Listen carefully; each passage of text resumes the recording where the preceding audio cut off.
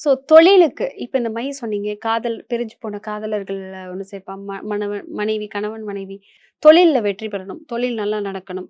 நான் பண்ற வேலை வந்து பெஸ்ட்டா இருக்கணும். நம்ம தனியா தெரியணும் அப்படிங்கிறதுக்கு இந்த மை யூஸ் பண்ணலாமா? கட்டாயம் மணியும் யூஸ் பண்ணலாம். ஒரு ருத்ராட்சை ஒண்ணு இருக்கு. ம். அந்த ருத்ராட்சையும் யூஸ் பண்ணலாம்.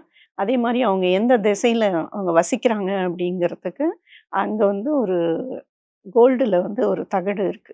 அது தகடுனா அது எந்திரம். எந்திரம் எந்திரம். மாதிரி. அந்த ஓகே. கோல்டுல அத பண்ணி நீங்க வந்து உங்களோட ஆஃபீஸ்ல வச்சீங்கன்னா, கட்டாயம் அந்த குரோஸ்ல வந்து பிசினஸ் நடக்கும். அந்த பிசினஸ்ல லாஸ் ஆகியிருக்காங்க இல்லையா? குரோஸ்ல பண்ணியிருப்பாங்க. ரொம்ப லாஸ் இருக்கு அப்டின்னா, இந்த எந்திரம் வந்து நீங்க அந்த ஆஃபீஸ்ல வச்சீங்கன்னா, கட்டாயம் அந்த பிசினஸ் வந்து நல்லா வரும். ஓ! நல்ல எல்லா விஷயமும் நல்லா சரி இந்த மை செய்றதுக்கு, இந்த மைய உருவாக்குறதுக்கு ஏதாவது ஹோமம், இந்த மாதிரியான பூஜைகள் அதெல்லாம் பண்ணுவீங்களா? என்ன மாதிரியான பூஜைகள் பண்ணுவீங்க? கண்டிப்பா அது வந்து மார்னிங் 3 டூ 5 பண்ணுவோம் அந்த பூஜை. அந்த பூஜையில வந்து மகாலட்சுமிய வச்சு தான் பண்ணுவோம். அப்புறம் நம்ம குலதெய்வம் அந்த அவங்களோட குலதெய்வம் எது அப்படின்னு கேட்டுட்டு யார் அதுக்கேத்த யாரோட மாரி குலதெய்வமோ அத கேட்டு. அவங்க அவங்களோட குலதெய்வம் வச்சு பண்ணி குடுத்துருவோம்.